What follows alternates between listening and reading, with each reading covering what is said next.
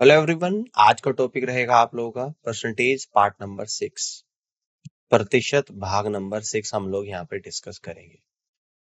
आज की क्लास में हम लोग करेंगे पिछले वर्ष के क्वेश्चंस यानी प्रीवियस ईयर क्वेश्चंस का डिस्कशन करेंगे जो आपके एग्जाम में पूछे गए हैं एसएससी एमटीएस के। ठीक है ना। तो आज की क्लास का क्वेश्चन नंबर फर्स्ट को यहाँ पे समझते हैं। यदि कैपिटल ए बराबर 1300 और कैपिटल बी बराबर 1450 है तो बी ए से लगभग कितने प्रतिशत अधिक है। ये सभी क्वेश्चन एसएससी एमटीएस के एग्जाम में पूछे गए हैं। देखिएगा यहाँ पे सॉल्यूशन को समझते हैं। ए तो 1300 है, बी है 1450। अब आवश्यक प्रतिशत कैसे निकलेगा। ए से बी कितना अधिक है तो बी माइनस ए अपॉन ए, 1450 माइनस 1300 बटे 1300 गुणा 100%, 150 बटे 1300 गुणा 100, यानी ये आएगा आप लोग यहाँ पे इस जीरो से जीरो, इस जीरो से जीरो, 150 बटे 13 यानी कि 11.538%, जो कि लगभग आपका 11.54% आएगा। तो बी ए से लगभग 11.54% अधिक है। अगले क्वेश्चन को समझते हैं। वर्ष 2020 में एक शहर की जनसंख्या 2 लाख थी। जनसंख्या वृद्धि दर 8% प्रति वर्ष है। वर्ष 2022 में उस शहर की जनसंख्या ज्ञात कीजिए। ठीक है ना। तो 2022 में जनसंख्या हो जाएगी 8% प्रति वर्ष की दर से बढ़ रही है, तो 2 साल के बाद कितनी हो जाएगी। अभी वर्तमान में 2 लाख है तो 2 लाख का 108 बटे 100% गुणा 108 बटे 100%। तो आपका यहाँ पे 2 जीरो और 2 जीरो, ये 4 जीरो कट जाएगी आपकी। ठीक है ना। तो 20 गुणा 108 गुणा 108, तो ये आप लोग यहाँ पे निकल कर आएगा 2,33,280। तो इस तरीके से बी ऑप्शन सवाल का करेक्ट आंसर बनेगा। आगे बढ़ते हैं अगले क्वेश्चन को यहाँ पे ध्यान से देखिएगा। एक सोफे की कीमत कर से पहले 24,000 है। यदि उस पर बिक्री कर 1200 रुपए है तो बिक्री कर का प्रतिशत क्या है। देखिएगा इस क्वेश्चन के सॉल्यूशन को। एक सोफे की कीमत कर से पहले कितनी थी, 24,000 रुपए थी। इस पर बिक्री कर कितना है, 1200 रुपए है। तो बिक्री कर का प्रतिशत कितना आ जाएगा, 1200 बटे 24,000 गुणा 100। तो 2 जीरो से 2 जीरो, 1 जीरो से 1 जीरो, 24 से 120 गया 5 बार, यानी कि अभिष्ट उत्तर 5% आपका यहाँ पर निकल कर आएगा और फर्स्ट ऑप्शन सवाल का राइट आंसर होगा। अब आगे की तरफ बढ़ते हैं। अगले क्वेश्चन को यहाँ पे देखिएगा ध्यान से। यदि x का 35% बराबर है 700 का 42.5%, तो x का मान क्या है। ठीक है, इस क्वेश्चन के सॉल्यूशन को समझते हैं। देखिएगा, तो x का 35% बराबर है 700 का 42.5%। तो x का 35% बराबर 700 का 42.5% निकाला, जो कि 297.5 है। अब x की वैल्यू निकालूंगा तो x इक्वल टू 297.5, 35 नीचे आएगा। परसेंटेज का मतलब होता है 1/100, 100 ऊपर आ जाएगा। तो x बराबर 297.5 गुणा 100 बटे 35 आएगा। अब x की वैल्यू 850 आ गई, तो अभिष्ट उत्तर 850 होगा, यानी सी ऑप्शन सवाल का राइट आंसर बनेगा। अब आगे की तरफ बढ़ते हैं। अगले क्वेश्चन को यहाँ पे ध्यान से देखिएगा। एक व्यक्ति अपनी मासिक आय का 40% खर्च करता है। व्यक्ति की मासिक आय में 15% की वृद्धि हुई और उसके व्यय में 22% की कमी हुई है। उसकी बचत में लगभग कितने प्रतिशत की वृद्धि हुई, यह आप लोगों को बताना है। चलिए इसको देखते हैं। बढ़ा हुआ मूल्य डिवाइडेड बाई घटा हुआ मूल्य बराबर कितना है, प्रारंभिक मूल्य ब्रैकेट में 1 प्लस माइनस कितना आएगा, परिवर्तन प्रतिशत। मान लीजिए कि उसकी प्रारंभिक आय कितनी है, 100 रुपए है। ठीक है ना। और प्रारंभिक व्यय कितना हो जाएगा, 100 का 40%। ठीक है ना। तो 100 का गुणा 40% यानी कि 40 रुपए। प्रारंभिक बचत कितनी हो जाएगी, 100 में से 40 जाएगा यानी कि 60 रुपए बचत आएगी। वर्तमान आय हो जाएगी 100 इंटू 1 प्लस 15% यानी कि 115%। ठीक है ना। क्लियर हो गई बात। और वर्तमान में हो जाएगी आप लोगों की 40 इंटू 1 माइनस 22% यानी 31.20 रुपीज के बराबर होगा। अब यहाँ से वर्तमान बचत निकालेंगे, 115 माइनस 31.2 यानी कि 83.8 आएगा। अब उसकी बचत में वृद्धि हुई कितने की, 83.8 माइनस 60/60 गुणा 100%, यानी कि 39.66%, तो लगभग आएगा 40%। उसकी बचत में अनुपानित प्रतिशत वृद्धि 40% के बराबर है। आप यहां से कह देंगे कि फर्स्ट ऑप्शन सवाल का राइट आंसर बनेगा। अब आगे बढ़ते हैं, अगले क्वेश्चन को देखिएगा। बी जो है वो ए से 10% अधिक है, सी जो है वो ए से 20% कम है, और इसके बाद बी जो है वो सी से कितने परसेंट अधिक है, ये आप लोगों को बताना है। ठीक है ना। बी ए से 10% अधिक है, सी ए से 20% कम है। तो मान लीजिए कि ए 100 है, तो बी आपका निकल कर आ जाएगा। इससे 10% अधिक है तो 100 ब्रैकेट में 1 + 10% यानी कि 110। और सी कितना निकल कर आएगा, ए से 20% कम है तो 100 × 1 - 20% यानी कि 80। अब बी सी से अधिक है, 110 - 80 डिवाइड बाई 80 × 100%, यानी कि आ जाएगा आप लोगों को 300/8%, और ये होता है 37.5%, यानी कि बी सी से 37.5% अधिक है। तो यहां से आप लोग कह दोगे कि सी ऑप्शन सवाल का राइट आंसर बनेगा। आगे की तरफ बढ़ते हैं, अगले क्वेश्चन को देखिएगा।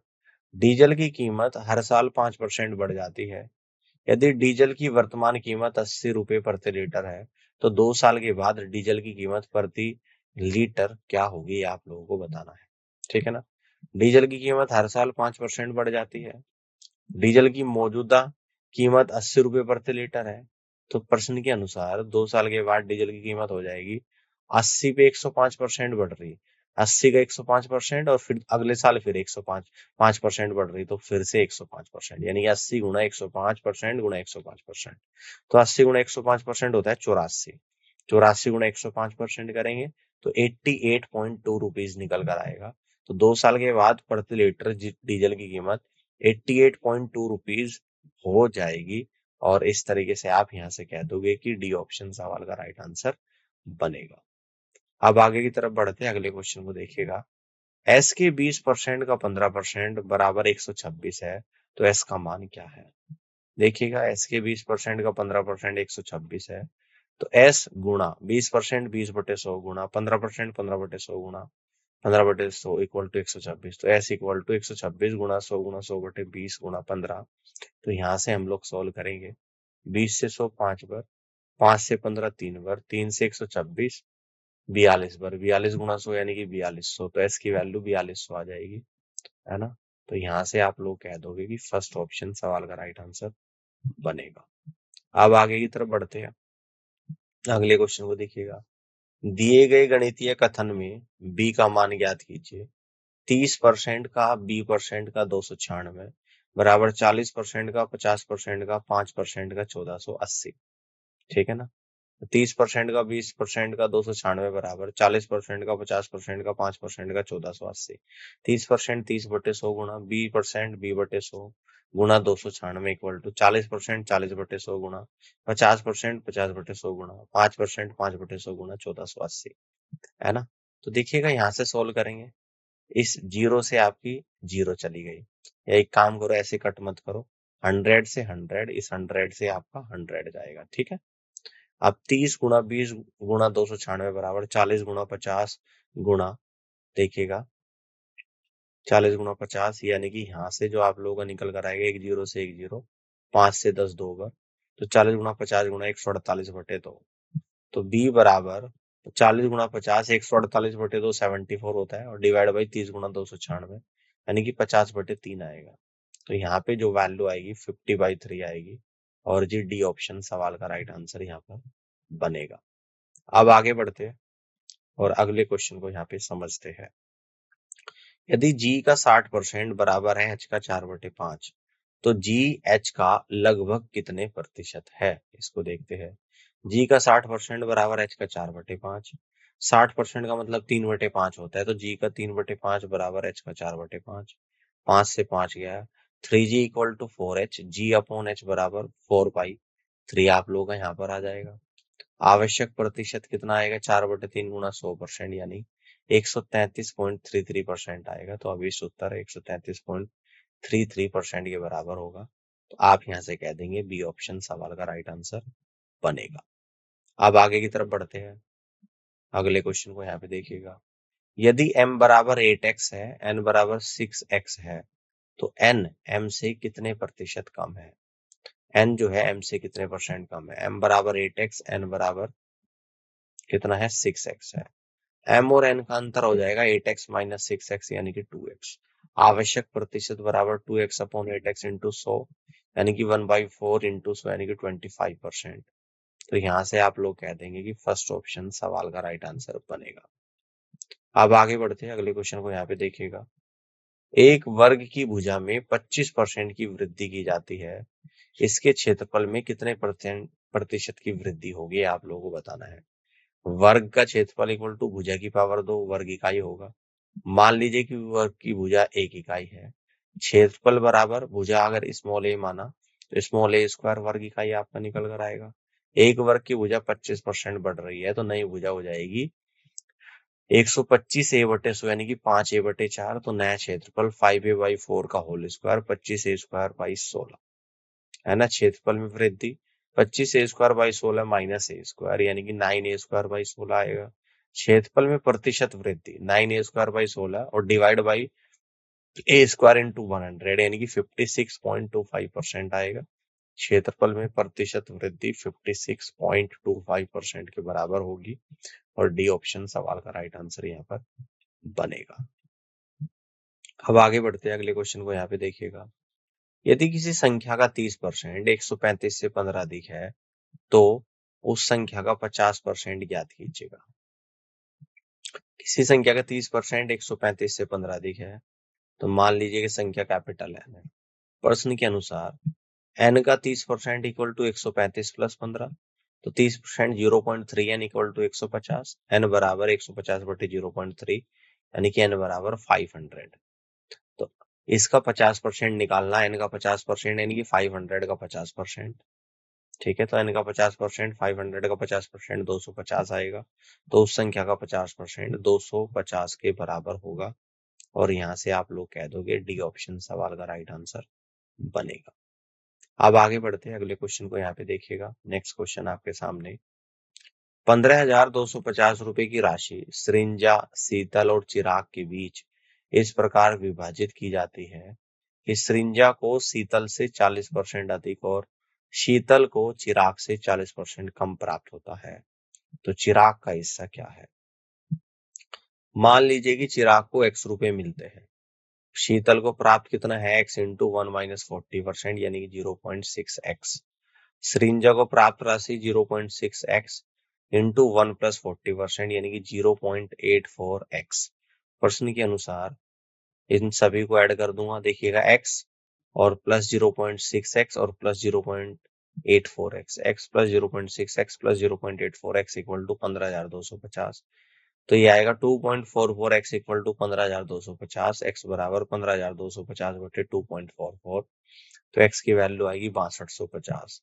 तो चिराग का हिस्सा 6250 रुपए के बराबर होगा। ऑप्शन बी सवाल का राइट आंसर बनेगा। अब आगे की तरफ बढ़ते हैं, अगले क्वेश्चन को यहाँ पे समझिएगा। एन में क्रमिक रूप से 12.5% और 16% की वृद्धि हुई है।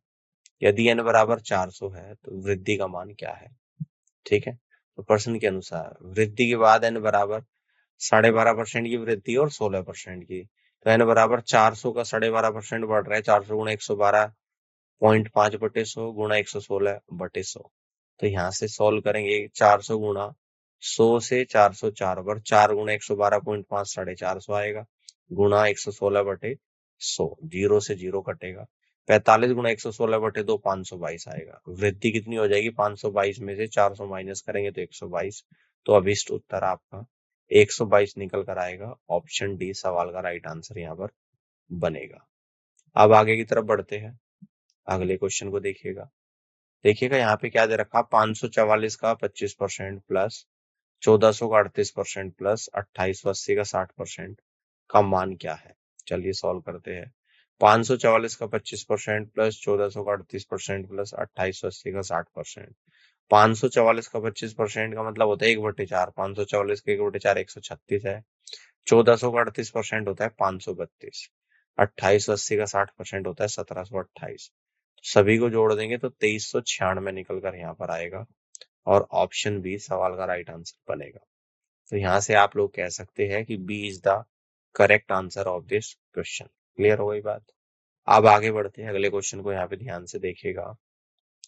एक छात्र को पास होने के लिए एक परीक्षा में न्यूनतम 50% अंक प्राप्त करने होंगे।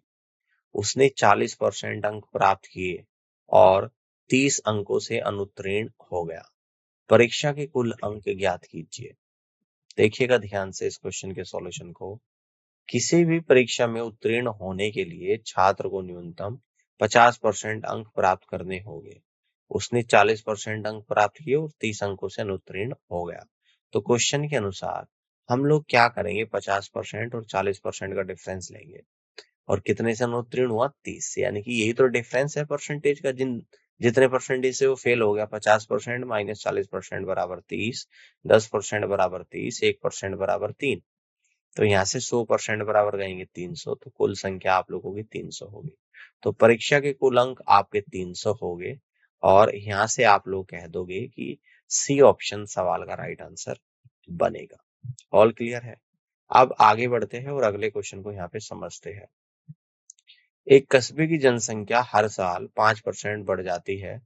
यदि कस्बे की वर्तमान जनसंख्या 2,82,240 है, तो 2 वर्ष पहले कस्बे की जनसंख्या कितनी थी, ये आप लोगों को बताना है। देखिएगा, 2 वर्ष पहले कस्बे की जनसंख्या कितनी थी आपको बताना है, जबकि हर साल 5% बढ़ रही है। तो ये आ जाएगी 2,82,240 गुणा 100/105 गुणा 100/105। देखो, जब पहले की बात करेगा तो बढ़ी हुई परसेंटेज नीचे और ऊपर 100 आएगा, और जब बात करेगा बाद में कितनी होगी 2 साल बाद, तो उसमें आता ऊपर बढ़ी हुई परसेंटेज नीचे 100। यानी कि अगर 2 साल बाद पूछता कि 5% की दर से बढ़ रही तो 2 साल बाद कितनी होगी, तो 105/100 गुणा 105/100% आता। या अगर बढ़ने के बाद की जनसंख्या दे दी और पूछ रहा है कि 2 साल पहले कितनी थी और जबकि हर साल 5% बढ़ रही है, तो उस केस में जैसे ये क्वेश्चन है ऐसे आएगा। 2,82,240 अभी है, हर साल 5-5% बढ़ रही है, तो 2 साल पहले कितनी होगी, 2,82,240 गुणा 100/105 गुणा 100/105। यानी कि 2 साल पहले ये 2,56,000 रही होगी। तो बी ऑप्शन सवाल का करेक्ट आंसर यहाँ पर बनेगा। अब आगे बढ़ते हैं, अगले क्वेश्चन को यहाँ पे देखिएगा। एक गांव की जनसंख्या हर साल 3% की दर से घटती है। यदि वर्तमान जनसंख्या 28,227 है, तो 2 वर्ष पहले गांव की जनसंख्या कितनी थी, आप लोगों को बताना है। ठीक है ना। अब घट रही है, तो 2 साल पहले कस्बे की जनसंख्या कितनी रही होगी, अभी है 28,227, तो 3% की दर से घट रही है। तो ये आएगा 100/97 गुणा 100/97। तो यहां से इसको सोल्व करेंगे तो ये 30,000 रुपए निकल कर आ जाएगा, सॉरी 30,000 निकल कर आएगा। यानी कि 2 साल पहले जनसंख्या 30,000 रही होगी और 2 साल में जब 3-3% प्रति वर्ष की दर से घट रही है, अभी होगी 28,227। तो इस क्वेश्चन का जो करेक्ट आंसर बनेगा ऑप्शन नंबर बी बनेगा। B is the right answer of this question. आगे बढ़ते अगले क्वेश्चन को देखिएगा। एक व्यक्ति की मासिक आय 25,000 है। वह अपनी आय का 80% खर्च करता है और बाकी की बचत करता है। उसकी नामात्र आय और नामात्र व्यय दोनों में 10% की वृद्धि होती है। उसकी नई बचत क्या होगी, आप लोगों को बताना है। देखिएगा, उसकी बढ़ी हुई आय कितनी है, 25,000 गुणा 110% इक्वल टू 27,500। उसकी पिछली बचत कितनी है, पिछली बचत है उसकी 80%, यानी कि पिछली आय 25,000 का 80% 20,000। उसकी नई बचत क्या हो जाएगी, देखिएगा 20,000 का 110% यानी कि 22,000। तो उसकी बचत क्या हो जाएगी, 27,500 में से 22,000 चला जाएगा, माइनस होगा तो 5500 आएगी। तो अब इस उत्तर आपका निकल कर आएगा यहाँ पर 5500। तो आप लोग यहाँ से कह देंगे कि फर्स्ट ऑप्शन सवाल का राइट आंसर बनेगा। अब आगे बढ़ते हैं, अगले क्वेश्चन को यहाँ पे देखिएगा। एक शहर में 60% जनसंख्या पुरुष है और शेष महिलाएं है। यदि विवाहित पुरुषों का गैर विवाहित पुरुषों से अनुपात 5:7 है और विवाहित महिलाओं का गैर विवाहित महिलाओं से अनुपात 2:3 है, तो कुल जनसंख्या का कितना प्रतिशत विवाहित है, ये आप लोगों को बताना है। माना कि कुल जनसंख्या 600 क्यू है, विवाहित पुरुषों की संख्या 600 क्यू इंटू 60% इंटू 5:7 है, तो 5/5 + 7। तो यहाँ से सोल्व करने के बाद आएगा 150 क्यू। विवाहित महिलाओं की संख्या equal to 600 Q into 100 minus 60% into 2/2 + 3। तो यहां से सोल्व करने के बाद आएगा 96 क्यू। अब कुल जनसंख्या का अपेक्षित प्रतिशत विवाहित है equal to 150 Q plus 96 Q upon 600 Q into 100% equal to आएगा 41%। तो कुल जनसंख्या का 41% विवाहित है। यहां से आप लोग कह दोगे कि फर्स्ट ऑप्शन सवाल का राइट आंसर यहाँ पर बनेगा। अब आगे की तरफ बढ़ते हैं और अगले क्वेश्चन को यहाँ पे देखिएगा ध्यान से। A/B बराबर 12:17 और A C से 20% अधिक है। यदि B D से 15% कम है तो C D का कितना प्रतिशत है आप लोगों को बताना है। A बराबर 12 है, B बराबर 17, इसलिए C बराबर कितना आएगा, C बराबर 12/100 प्लस 20%। तो ये आ जाएगा आप लोगों का 10, ठीक है ना। और D कितना आ जाएगा, D बराबर 17/100 माइनस 15%, ये आएगा आपका 20। अब आवश्यक प्रतिशत बराबर 10/20 गुणा 100%। तो ये आप लोगों का निकल कर आएगा 50%। सी डी से 50% है, सी डी का 50% है।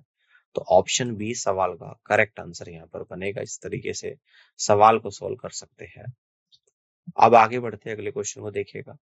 क्वेश्चन नंबर है आप लोगों का यहाँ पे 23। 600 माइनस कैपिटल ए बराबर 200 का 65% है, तो ए का मान क्या है।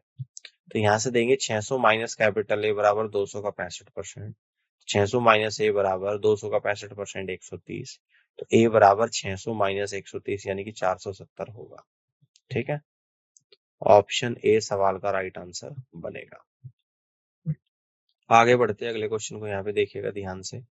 दो उम्मीदवारों ने एक चुनाव लड़ा, जीतने वाले उम्मीदवार को वैध मतों का 52% मिला और वह 360 मतों के अंतर से जीता।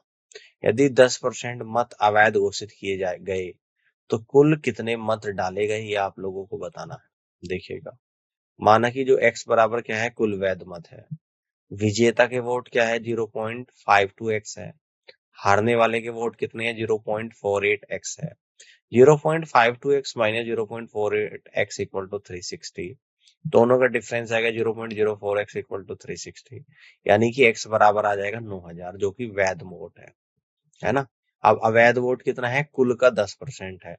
तो कुल वोट यानी कि कुल वोट बराबर वैध बटे 0.9, कुल वोट बराबर 9000 बटे 0.9 यानी कि 10,000। तो इसलिए डाले गए मतों की कुल संख्या 10,000 थी। और यहाँ से आप लोग कह दोगे कि डी ऑप्शन सवाल का करेक्ट आंसर होगा। इस तरीके से आप यहाँ पे क्वेश्चन को सॉल्व कर सकते हैं। अब आगे बढ़ते हैं, अगले क्वेश्चन को यहाँ पे देखिएगा। किसी वस्तु के मूल्य में 4% की वृद्धि की जाती है। यदि वृद्धि के बाद वस्तु का मूल्य 832 रुपए है तो वस्तु का मूल मूल्य क्या था, ये आप लोगों को बताना है। मान ले कि मूल कीमत 100 A है, तो वृद्धि के बाद यह होगा 4% बढ़ जाता है, 100 इंटू 104%, यानी कि 104A हो जाएगा। अब 104A बराबर 832, A बराबर 8, तो 100A बराबर 800, तो वस्तु का मूल मूल्य कितना था, 800 था। तो डी ऑप्शन सवाल का राइट आंसर यहाँ पर बनेगा, ठीक है। अब आगे की तरफ बढ़ते हैं, अगले क्वेश्चन को यहाँ पे ध्यान से देखिएगा। कह रहे कि एक व्यक्ति कुछ केले y रुपए प्रति दर्जन की दर से खरीदता है और उन्हें y/4 रुपए प्रति केले की दर से बेचता है, तो उसका लाभ प्रतिशत क्या है, आप लोगों को बताना है। एक दर्जन में कितनी होती है, 12 इकाइयां होती है। तो लाभ परसेंट बराबर विक्रय मूल्य माइनस लागत मूल्य डिवाइड बाई लागत मूल्य गुणा 100। तो प्रत्येक केले का क्रय मूल्य y/12 रुपीज है। अब लाभ परसेंट कितना आएगा, y/4 minus y/12 divide by y/12 into 100%। तो 1/6 डिवाइड बाई 1/12 इंटू 100%, यानी कि 200%। तो लाभ प्रतिशत 200% के बराबर होगा और फर्स्ट ऑप्शन सवाल का राइट आंसर बनेगा। ऑल क्लियर है। अब आगे की तरफ बढ़ते हैं और अगले क्वेश्चन को यहाँ पे समझते हैं। Question number 27। यदि A का 80% B के 90% से 13 अधिक है तथा A के 40% से B के 60% का अनुपात 10:9 है, तो A माइनस B का मान क्या है, आपको बताना है। देखिएगा, A का 80% B के 90% से 13 अधिक है। तथा ए के 40% का बी के 60% से अनुपात 10:9 है। तो प्रश्न के अनुसार ए का 40% अनुपात बी का 60% इक्वल टू 10/9। तो ए का 40% 0.4 ए अपॉन बी का 60% 0.6 बी इक्वल टू 10/9 है। तो डेसिमल यहाँ से हटाएंगे, ये 2 बार जाएगा, 2 से 3 बार जाएगा। 2a upon 3b equal to 10/9 है ना। तो 2 से ये 5 बार और 3 से ये 3 बार, यानी कि a अपॉन बी बराबर 5/3। तो मान लीजिए कि a बराबर 5 के है, b बराबर 3 के एक कांस्टेंट है, ठीक है ना। तो a माइनस बी बराबर 5 के माइनस 3 के यानी कि 2 के। अब प्रश्न के अनुसार a का 80% बराबर b का 90% प्लस 13। तो 0.8 a बराबर 0.9 b plus 13। 0.8 a minus 0.9 b equal to 13। 8 a minus 9 b बराबर 13। तो 40 के माइनस 27 के बराबर 130। 13 के बराबर 130, के बराबर 130/10 है ना। के बराबर 130/10, के बराबर 130/13 आएगा, सॉरी, ठीक है ना। 130/13 यानी कि के बराबर 10 आ जाएगा। 2k बराबर 20 आएगा। तो a माइनस बी का मान क्या हो जाएगा, 2k था, ये हमने यहाँ पे निकाला था। और इस 2k की वैल्यू कितनी आ गई आपकी, 20 आ गई। तो आप यहाँ से कह देंगे कि 20 इस क्वेश्चन का करेक्ट आंसर बनेगा, यानी कि C is the right answer of this question. इस तरीके से आप यहाँ पे सवाल को सॉल्व कर सकते हैं। अब आगे बढ़ते हैं, अगले क्वेश्चन को यहाँ पे ध्यान से देखिएगा। कैरोसिन की कीमत हर साल 10% बढ़ जाती है। यदि कैरोसिन की वर्तमान कीमत 50 रुपए प्रति लीटर है, तो 2 साल के बाद कैरोसिन की कीमत प्रति लीटर क्या होगी। देखिएगा, 2 साल के बाद प्रति लीटर कैरोसिन की कीमत कितनी हो जाएगी, 50 रुपए प्लस 10% बढ़ रही, 50 गुणा 110/100 गुणा 110/100, तो ये आएगा 60.5 रुपीज। अभी 2 साल के बाद कैरोसिन की कीमत हो जाएगी। और यहां से आप लोग कह दोगे कि बी ऑप्शन सवाल का राइट आंसर बनेगा। अब आगे बढ़ते हैं, अगले क्वेश्चन को देखिएगा। 2 उम्मीदवारों के बीच एक चुनाव में डाले गए कुल मतों की संख्या y थी। इनमें से 40% मत अवैध थे, तो जीतने वाले उम्मीदवार को वैध मतों में से 60% मिले, जबकि दूसरा उम्मीदवार 6000 मतों से हार गया। तो y का मान ज्ञात कीजिए। 2 उम्मीदवारों के बीच हुए चुनाव में कुल मतों की संख्या कितनी थी, y। इनमें से 40% वोट अवैध थे। जीतने वाले उम्मीदवार को वैध वोटों में 60% वोट मिले, जबकि दूसरा उम्मीदवार 6000 वोटों से हार गया। तो वैध वोट बराबर क्या हो जाएगा, y गुणा 100 माइनस 40%, यानी कि y का 60%, ठीक है। विजयी उम्मीदवार को मिले वोटों की संख्या y का 60%, उसका भी 60%, y इंटू 60% इंटू 60%। हारने वाले उम्मीदवार को मिले वोटों की संख्या y इंटू 60%, और विजय को 60 मिले तो इसको 40 मिलेंगे, उसका 40%। तो प्रश्न के अनुसार y into 60% into 60% minus y into 60% into 40% equal to 6000। तो y into 60% into 20% equal to 6000। तो y इंटू 0.2 इक्वल टू 6000। तो y बराबर 50,000। तो y की वैल्यू यहाँ पर 50,000 आएगी, यानी कि y का मान 50,000 के बराबर होगा, और बी ऑप्शन सवाल का राइट आंसर यहाँ पर बनेगा। अब आगे बढ़ते हैं, अगले क्वेश्चन को ध्यान से देखिएगा। यहाँ पे 900 कर्मचारियों वाले कार्यालय में किसी विशेष दिन 10% महिला कर्मचारियों को छोड़कर सभी कर्मचारी उपस्थित थे। अगले दिन 8% पुरुष कर्मचारियों को छोड़कर सभी कर्मचारी उपस्थित थे। इन दोनों दिनों में से प्रत्येक दिन उपस्थित कर्मचारियों की संख्या समान थी। तो इस कार्यालय के पैरोल पर पुरुष कर्मचारियों की कुल संख्या ज्ञात कीजिए। देखिएगा, कुल कर्मचारी 900 मान थे यहाँ पे, ठीक है। मानक कुल पुरुष और महिला कर्मचारी 10M और 10F है, ठीक है। अब प्रश्न के अनुसार 10M 10% महिला को छोड़ दिया तो 9F आ जाएगा, क्लियर है।